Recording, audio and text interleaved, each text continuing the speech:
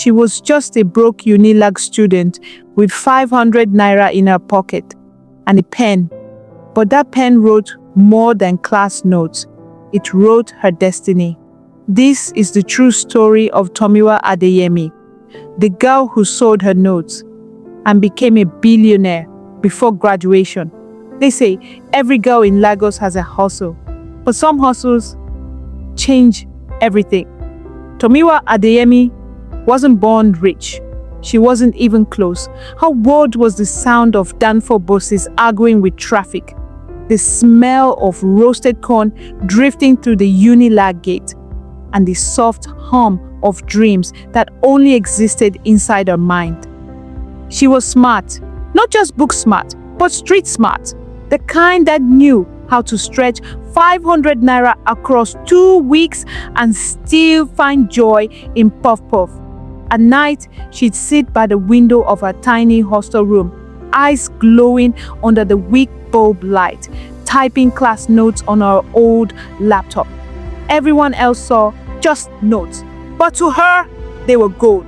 And on one rainy Thursday evening, when she clicked send on a WhatsApp message that read, "Selling complete GST 101 notes, neat, summarized and verified, 500 naira per copy," she didn't know she had just pressed send on the rest of her life. That was the moment it all began. The girl who sold her notes was about to become a billionaire. It started small. One message, one sale, one tiny alert. 500 naira, the kind of alert you could blink and miss.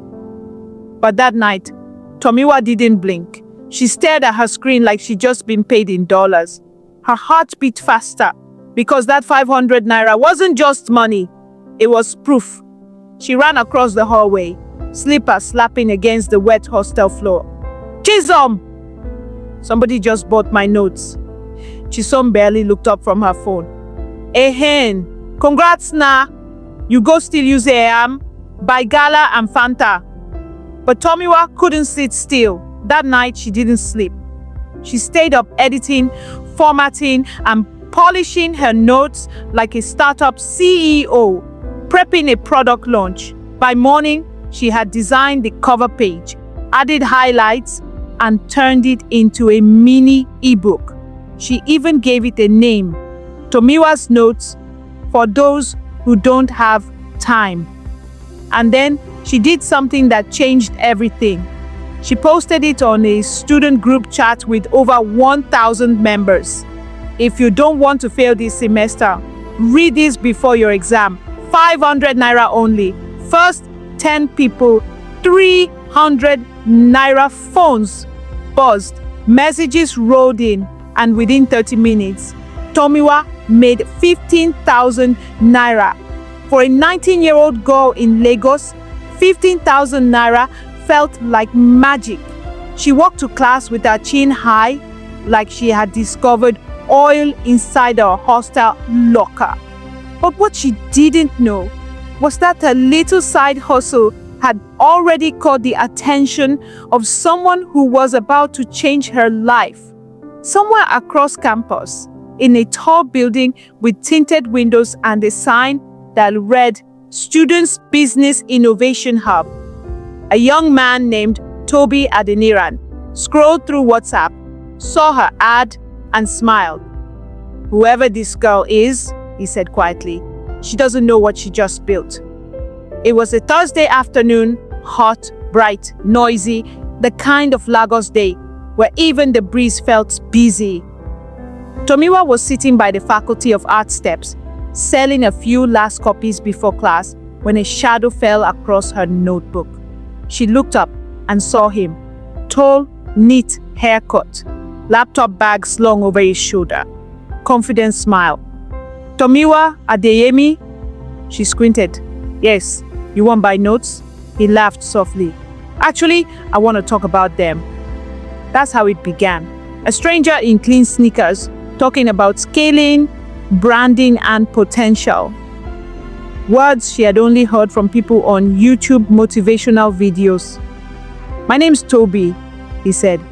I run the Student Innovation Hub. I saw your post on WhatsApp. You're sitting on gold. Tomiwa frowned.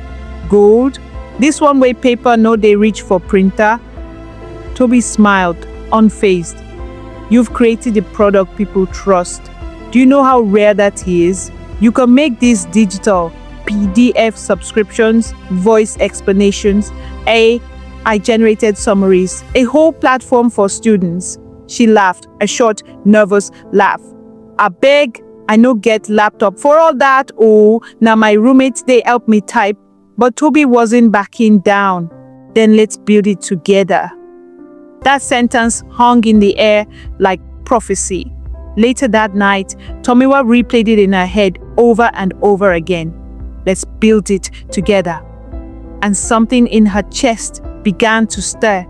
The same fire that had kept her writing at 2 a.m. The same stubborn hope that refused to die, even when her account balance was 32 naira. She didn't know who Toby truly was, a helper, a dreamer, or maybe even a future storm. But she knew one thing. For the first time, someone believed in her idea as much as she did. By the next day, they were sitting side by side in the hub, scribbling, designing, and planning like two people possessed by possibility. Sticky notes on the wall, diagrams everywhere. Toby talked fast. Tomiwa wrote faster. Name? He asked. She thought for a moment, twirling her pen. Note plug, she said quietly. He paused. Why that name?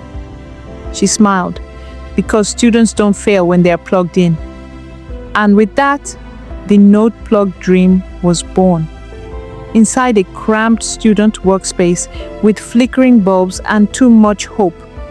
Neither of them knew it yet, but this was the moment that would one day fill newspapers, flood headlines, and make the world whisper the name Tomiwa Adeyemi, the girl who sold her notes.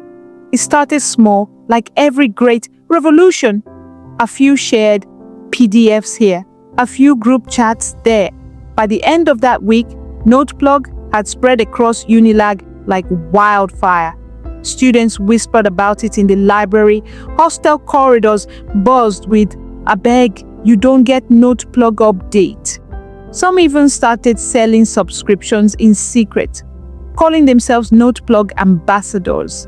Tomiwa watched it all unfold from her small table by the window, the same window she used to sit by with nothing but her biro and a dream.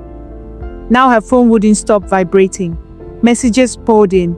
"Madam Plug, please add me. I know if it fail again. Abeg send the link. I swear this your thing, na lifesaver." But success doesn't arrive quietly. It comes with noise, envy, disbelief. Lecturers started to notice. One even played her voice notes during class. "Whoever this girl is," the man said, "she explains better than some of you listen." The class erupted in laughter. Tomiwa blushed that day, quietly, shyly, because even though they didn't know it was her, she finally felt seen. Meanwhile, Toby worked like a man possessed. He designed a simple website where students could download the notes. Tomiwa curated every page like art, adding voice explanations in a warm, clear voice. They launched the beta version on a Friday night. By Sunday morning, 5,000 downloads. It wasn't just a school thing anymore, it was movement. Within a month, Noteplug had users from UI, OAU, FUTA, Covenant, even Ghanaian universities. Every student wanted in. And then came the moment that changed everything. A TikTok video, just 30 seconds long. A student recording herself dancing after passing an exam with the caption, "Used Noteplug." Passed with flying colors. God bless whoever made this app. The video went viral. 2 million views, 50,000 new users overnight. Tomiwa couldn't sleep. Her notifications exploded. Journalists called, investors messaged. Forbes Africa even sent an email. And through it all, she sat at her desk, staring at the same biro she'd used years ago, the same one that had written her first notes. She smiled, a tired, humble smile, and whispered to herself, I just wanted to help people learn. But life had bigger plans, because by the next morning, Noteplug was no longer just an app. It was a brand, a promise, a revolution born from biro and belief. But with fame comes shadow. As Noteplug climbed higher, something darker began to stir behind the scenes. Someone was watching, waiting. Someone who wanted what she built. And Tomiwa, the girl who once fought the system to survive, was about to learn the hardest truth of all. Not everyone who claps for you wants you to win. Success makes noise, but betrayal? It moves in whispers. By this time, Tomiwa and Toby were no longer just students. They were legends on campus. Their pictures were everywhere. Student blogs, tech pages, even radio interviews. Brands reached out for sponsorships. They were invited to pitch events. Investors flew in. And with every milestone, Toby's tone started to shift. He became sharper, more impatient. He started missing meetings, locking files, avoiding questions. At first, Tomiwa thought he was just tired. But one Friday night, everything changed. She was up late, responding to messages when a new mail popped up. Subject: Partnership Proposal. $200,000 buyout offer for Noteplug. Her heart skipped. She clicked. The email was from a UK-based firm offering to acquire the app with plans to expand across Africa. It was everything they had dreamed of, everything they'd prayed for, until she scrolled down and saw the signature. Best regards, Daniel Toby, co-founder and CEO, Noteplug Africa. She froze. Her name was missing. Her position erased. She refreshed, checked the headers. It was sent from his email. A slow, hot wave of disbelief spread through her chest. She dialed his number. He picked on the second ring. Hey, Tommy, he said too casually. What's this? She asked, her voice trembling. He sighed. Tommy, look, I didn't mean to hide it. I just thought you wouldn't understand. They wanted to move fast. It's business, business, she whispered. You're selling my company behind my back? He chuckled softly. A company!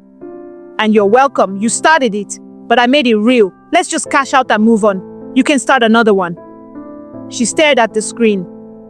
The same man who stayed up with her, coding under candlelight, now talked to her like she was disposable. Toby, she said quietly, you may have built the code, but I built the soul. He laughed. You think passion feeds servers? Without me, Noteplug is just another Google Doc that night. Something inside her broke and rebuilt. She didn't shout, didn't cry, she just went silent. By morning, she changed every password, moved all the data to a new secure host, sent a formal cease and desist through a lawyer friend. She deleted his admin access, revoked his ownership rights, and sent him one final message. You can sell the name if you want, but you'll never sell the story. For a week, she disappeared offline. No posts, no messages. People thought Noteplug was dead. Until one morning, a new app update dropped. Cleaner, faster, redesigned completely. The splash screen read, Noteplug 2.0 by Tomiwa Adeyemi. The internet erupted. Students cheered. Madam Plug is back. Forget man wahala. Queen dey run am solo. And for the first time, Tomiwa felt untouchable. Not because of the money, not because of fame, but because she finally realized her power was never in partnership. It was in purpose. But destiny wasn't done testing her yet. Because in the middle of her greatest comeback, fate had one more twist waiting. One that would push her beyond ambition, beyond betrayal, into something far greater. Every great story has a moment when everything changes. For Tomiwa, it wasn't a deal or an investor. It was a single video, a TikTok clip, barely 15 seconds long. A UNN student, tears in her eyes, holding her exam paper and screaming, I passed! God bless whoever built Noteplug. You saved my life." That clip, raw, honest, and real, hit 2 million views in 48 hours. Suddenly, Noteplug became a household name. Campus influencers reviewed it. Lecturers recommended it. Parents shared it in WhatsApp groups with captions like, "Finally, something useful online." The numbers exploded. Downloads jumped from 20,000 to 600,000 in 2 weeks. By the third week, servers crashed from traffic. Tomiwa sat in her tiny apartment, laptop open, watching the analytics in disbelief. Dots on the map lighting up. Kenya, Ghana, South Africa, even the UK. It was like watching fire spread across dry grass. Her creation, born in a noisy hostel room, had become Africa's biggest student app. Journalists started calling. BBC Africa wanted an interview. TechCrunch published a headline: Nigerian student turns class notes into $2.5 million startup. And for the first time, Tomiwa walked into a meeting room full of investors. Not as a student, not as someone begging for validation, but as a boss. She wore a plain white shirt, jeans, and her mother's old wristwatch, the same one she wore during her first semester exams. Across the table, a South African venture capitalist leaned forward. "We love your model," he said. "You're not just selling notes, you're digitizing intelligence." Tomiwa smiled because deep down, she knew that was the truth. She wasn't just sharing content, she was rewriting the way African students learned. When the deal was done, she walked out with a $2.5 million investment and a global network waiting to scale Noteplug across 10 countries. Within months, she was flying between Lagos, Nairobi, and Cape Town, giving talks, signing contracts, inspiring others. Her story became the hope of every young hustler who ever dreamed big in a small room. But fame has its own kind of silence, and success comes with a strange loneliness. Because while everyone celebrated Tomiwa Adeyemi, the billionaire prodigy, no one saw the shadows that came with the spotlight. Every night, she'd return to her hotel suite, open her laptop, and stare at the Noteplug logo glowing on the screen. That logo, her dream, now worth billions. Yet, she couldn't sleep because beneath all the noise, she still remembered the quiet betrayal. The HOD who said she was commercializing education. The classmates who mocked her hustle. The ex-partner who tried to erase her name. Sometimes, even victory feels heavy. One evening, she called her mom. "Ma, I did it," she said softly. "I really did it." Her mother laughed gently over the line. "I know, my child, but don't forget, you didn't do it alone. God carried your hand when you were writing those notes." A tear rolled down her cheek because she finally realized she had built a billion-dollar dream out of a mother's prayer and a daughter's hunger. That night, she opened a new document on her laptop. At the top, she typed, "The next chapter isn't about money, it's about meaning." And with that, Tomiwa made a decision that would shock the entire tech world. A decision not to sell, not to move abroad, but to bring her company home. To Lagos, to the same place it all began. They said success has no side effects, but that's a lie. Nobody tells you that success can be noisy, that it can choke you with expectations, with deadlines, with the kind of pressure that doesn't let you sleep even when you close your eyes. Tomiwa Adeyemi, the girl who sold her notes, had now become a name whispered across campuses, shouted in lecture halls, printed on tote bags, and quoted in business podcasts. Her face was on flyers, her inbox overflowed with partnership requests, and every young person in Lagos wanted to pick her brain. Her phone buzzed every 5 minutes. Investors wanted updates, staff wanted approvals, journalists wanted interviews, students wanted motivation, and her friends, well, they just wanted her back. Her laughter used to echo through the hostel corridors of Moremi Hall. She was the girl who cracked jokes before exams, who brought suya into study groups, who once made her friends take selfies under the rain. But somewhere between code reviews, investor meetings, and TEDx rehearsals, Tomiwa stopped laughing. Her voice changed, firm, professional, always in a rush. Her messages became short. Can't talk now, we'll call later. Busy. At first, her friends thought it was a phase, but then she stopped showing up. She missed birthdays, dinners, even her own convocation party. Her mother called one evening and said softly, "Tomiwa, your voice sounds tired." Tomiwa smiled into the phone. "Just a little work, mommy." But her eyes were red, her shoulders stiff, her head bounding from staring at screens for 18 hours straight. Her younger brother sent her a text. "Sis, you didn't come for my graduation. It's okay though. I know you're busy changing the world." That message broke her a little. Then came the call. Her father had collapsed, high blood pressure. She hurried between 2 Zoom meetings, her AirPods still in her ears, her mind still halfway through a presentation about future learning systems. That evening, after the chaos of calls and tears, Tomiwa sat alone in a Lekki apartment.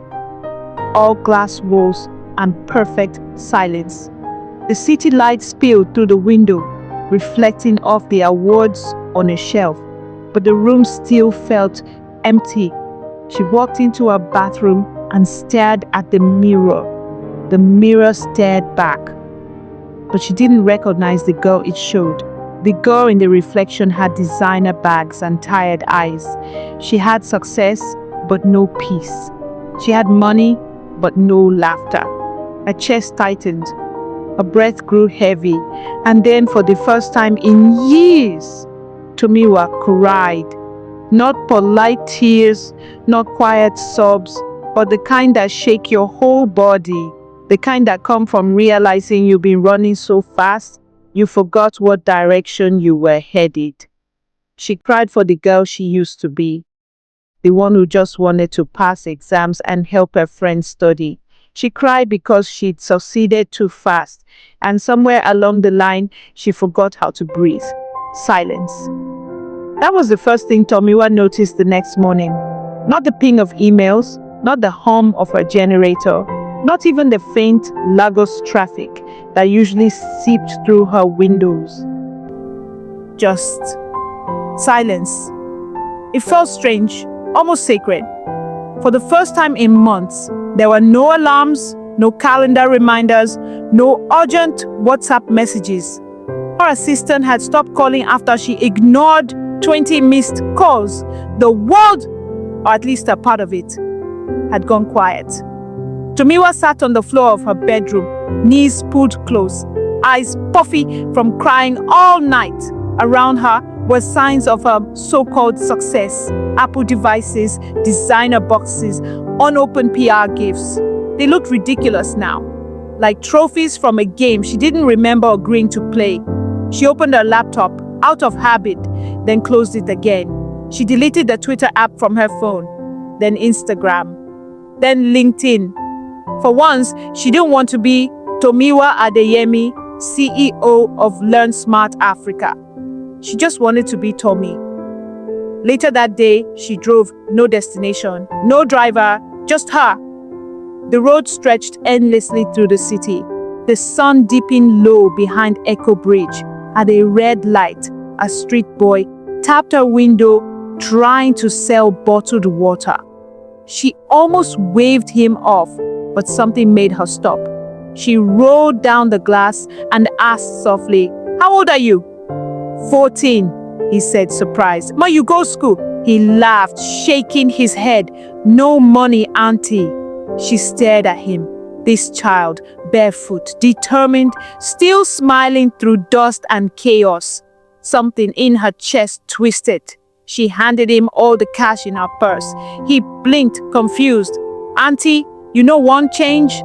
She smiled weakly. "No, keep it." He grinned and ran off, shouting, "God bless you." For the first time in months, Tomiwa smiled.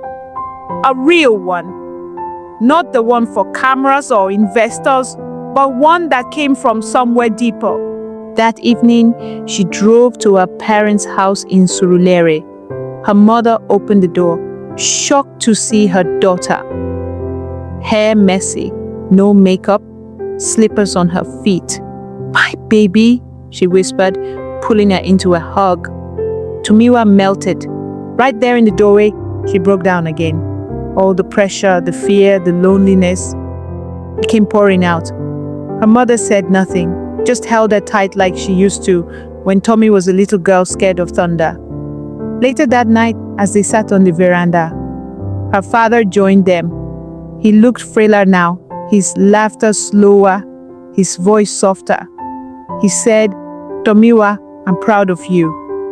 But you must remember, success is not only about how high you climb, but who you become on the way."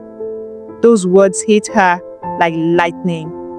That night, Tomiwa slept deeply for the first time in years. No laptop beside her. No unread messages haunting her. Just peace, small, quiet, and real. In the days that followed, she stepped back from her company, delegated leadership, hired a team to handle what she could no longer carry. Then she began something new, something smaller, simpler, but closer to her heart. She called it Tomiwa Notes, a free online platform for underprivileged students, the kind who couldn't afford her old premium plans. She taught them how to write, study, and dream again.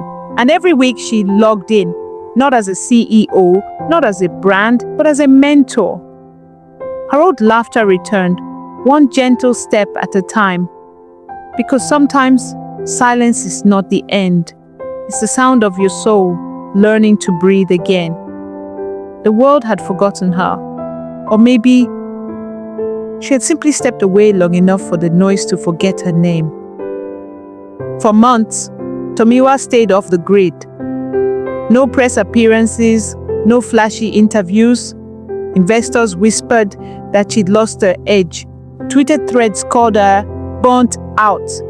A few said she'd gone abroad for therapy. But in truth, she was home, right in Surulere, in a mother's old study, surrounded by the faint smell of chalk dust and old exercise books.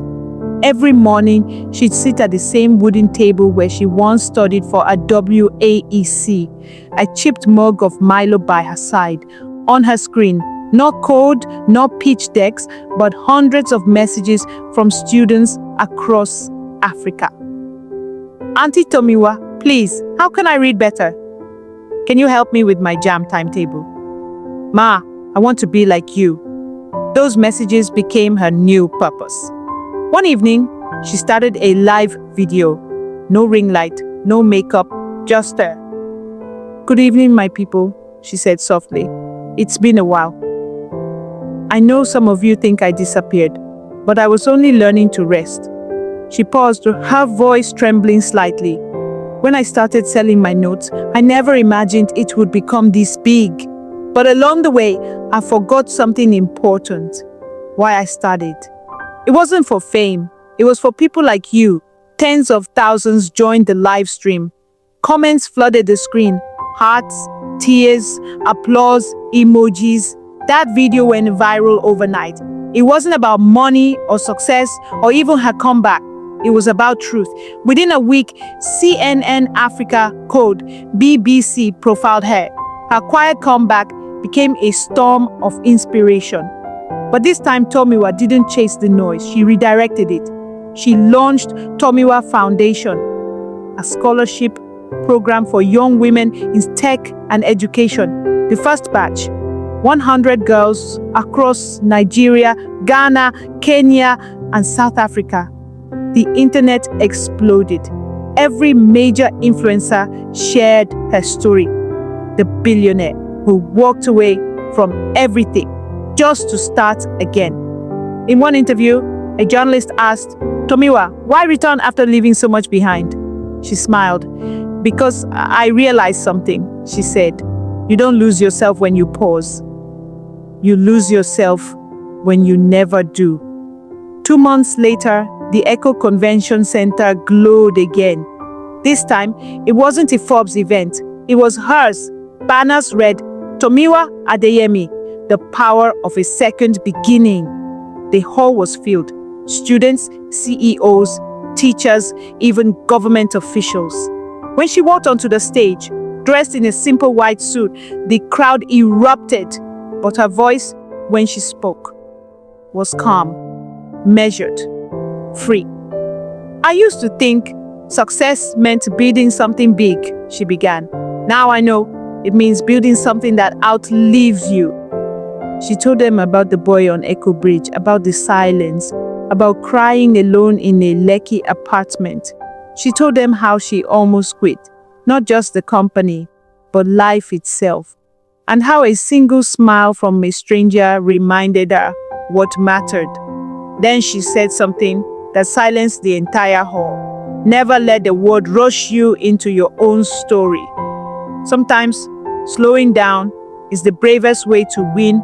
People stood. Then they clapped. Then they cried. That night, her speech hit YouTube. 12 million views in 24 hours.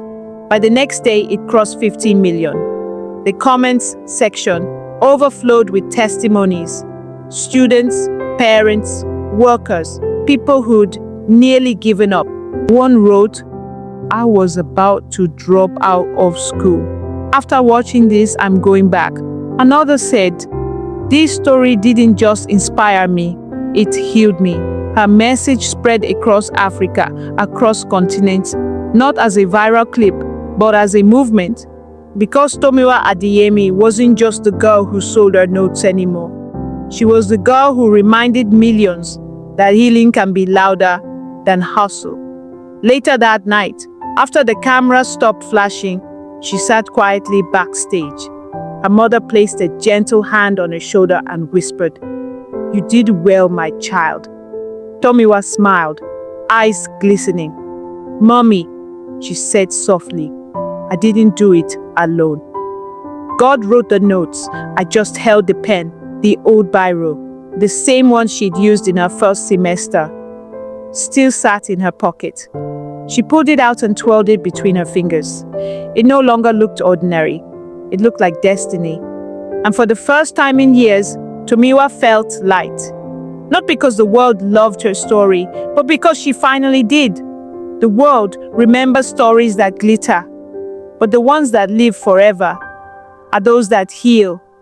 By the following year, Tomiwa Adeyemi had stopped chasing headlines, yet somehow she was the headline.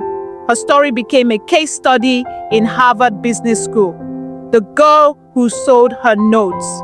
Her foundation's slogan, "Write Your Future," painted murals across schools in Ghana, Rwanda, and even small towns in Kenya.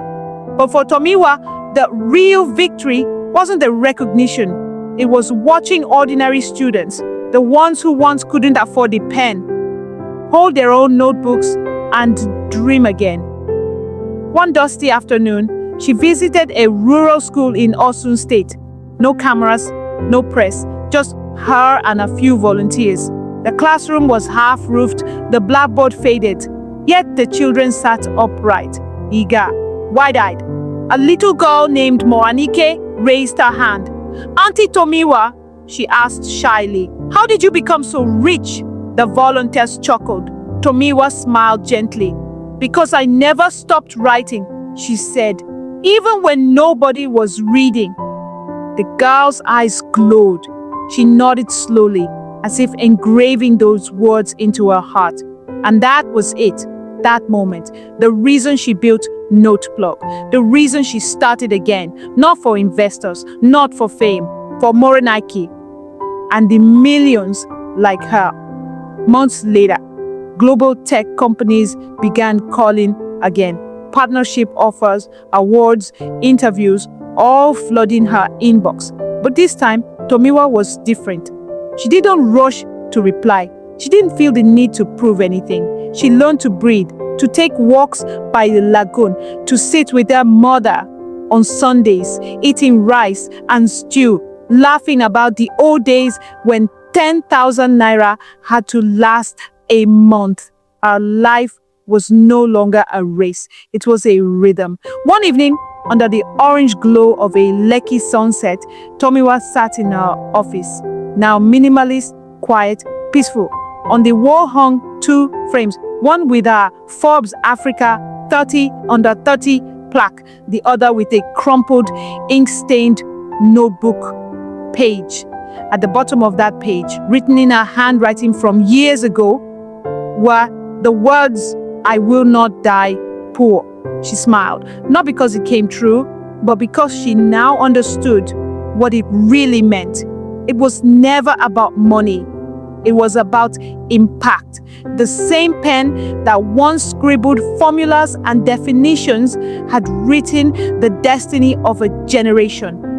A few months later, she was invited to speak at the UN Education Forum in Geneva. The hall was grand. Diplomats, tech leaders, ministers. But when she stepped on stage, she wore a simple Ankara dress. No luxury watch, no diamond necklace. She looked into the crowd and began with a story. "When I was 19, I sold my notes to feed myself. People laughed, called me unserious. But those same notes became the foundation for millions of dreams. I didn't sell paper. I sold hope." The hall went silent. Then, applause. Then, standing ovation. A journalist later wrote, "Her words didn't just inspire us. They made us question what we're really building." Back in Nigeria, her story was everywhere again. But now it wasn't about the billionaire student. It was about a woman who turned struggle into a system, who taught Africa that ideas are the new oil. Universities began adopting the Noteplug learning system.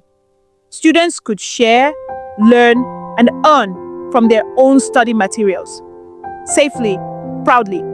And every time a new campus joined, Tomiwa smiled quietly, knowing the seeds she planted years ago were now forests. Then came the day. At a quiet ceremony in Unilag, the same university where she once sold her notes under a dim hostel bulb, the vice-chancellor called her name. For her contribution to education and youth empowerment, he said, "We confer upon Ms. Tomiwa Adeyemi an honorary doctorate of innovation." As she walked to the podium, memories flooded in. The late-night scribbles, the sleepless nights, the humiliation, the betrayal, the tears, and the laughter that came after. She lifted the certificate, looked around the hall, and smiled. Her voice trembled, but it carried strength. "Years ago, I was just a girl who needed 500 naira. Today, I stand here to tell you that pen you hold can write more than class notes. It can write your destiny." The hall erupted. Students screamed. Her mother, sitting in the front row, covered her face and wept. That clip hit YouTube. 24 hours later, with 18 million views. 3 days later, 32 million. Trending in 14 countries. Because people didn't just watch it, they felt it. It wasn't the story of a billionaire. It was the story of every dreamer who ever felt small. They say knowledge is power, But truth is, it's not just what you know, it's what you do with what you know. Some people read to pass, others read to rise, and a few, like Tomiwa, read to change the world. She taught us that success isn't loud, it's silent. It's written in the lives you touch, the hearts you lift, and the stories you leave behind. So next time you see a student scribbling notes on the poor hostel light, don't laugh, because you might just be watching the birth of the next billionaire or the next dream that will change the world.